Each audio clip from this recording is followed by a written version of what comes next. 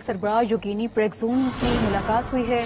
रूसी सदारती तर्जुमान ने तस्दीक करते हुए कहा कि मुलाकात 29 जून को हुई थी।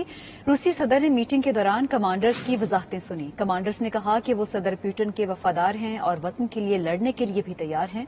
मजीद जानते हैं मॉस्को से नुमाइंदा शाहिद घुम्मन से। शाहिद बताएगा।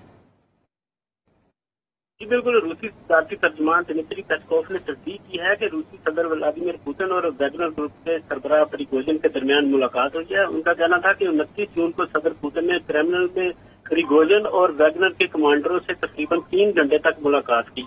इस मुलाकात में 35 अफराद शरीक थे, जिनमें तमाम स्क्वाड कमांडर्स भी शामिल थे। सदर पुतिन ने मीटिंग के दौरान कमांडरों की वजाहतें भी सुनी और उन्हें मजीद मुलाजमत और लड़ाई में मजीद इस्तेमाल के इख्तियार पेश किए।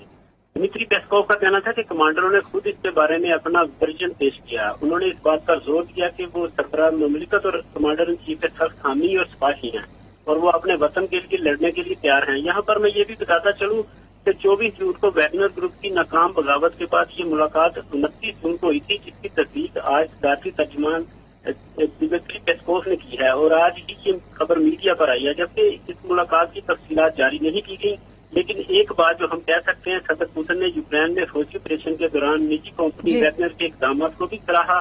दिमित्री पेस्कोव का कहना था कि इस मुलाकात के बारे में मैं सिर्फ इतना ही बता सकता हूँ। जी ठीक है, बहुत शुक्रिया आपका शाहिद घुम्मन।